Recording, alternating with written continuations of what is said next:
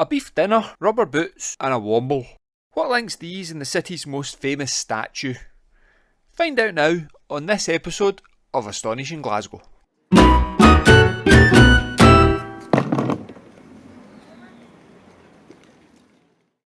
It's taken 19 episodes, but finally it's time to address the reason for the road cone in my titles.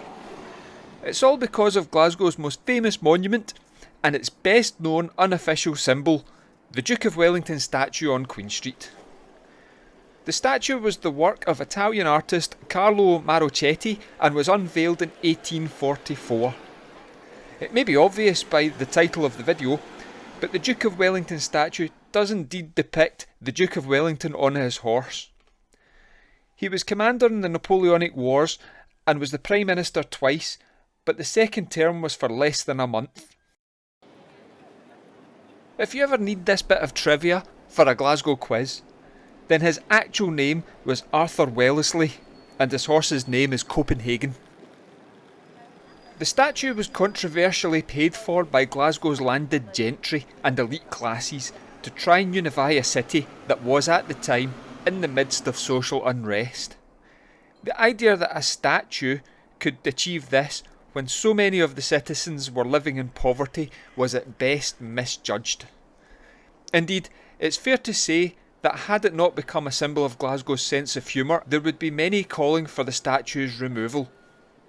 In current times, the idea of a statue to imperialism, placed in front of what was the mansion of William Cunningham, a slave trader and sugar plantation owner, you would expect that to become a focus of removal campaign. But perhaps as another example of Glasgow's ability to stick a finger up to the establishment, we've found a better way to discredit the statue's history. Glasgow has transformed its meaning and giving it a new, light-hearted place in the city's cultural history. Phew, that's a lot of big thinking for one of my Astonishing Glasgow videos. The tradition of placing a cone on the statue first started in the early 1980s. The exact date has been lost in time, as well as the first perpetrators, but it is believed to have started, as all good things do, as a drunken prank. At first the council would remove the cone, only for it to reappear shortly after. Throughout the years, the Duke has had a range of conical-shaped headgear, with a gold cone making an appearance at the 2014 Commonwealth Games. Rainbow cones appear during Pride events, and a black cone during a Black Lives Matter protest. Now the people of Glasgow may celebrate the Coneheed statue, but the City Council certainly don't. They would be much happier without drunken pranksters scaling 22 foot of slippery bronze to put a heavy cone up there that might just fall off and land on somebody's head down below. The council estimates that removing the cone costs £10,000 per year, as it requires 2 workers with a cherry picker to bring the cone down safely.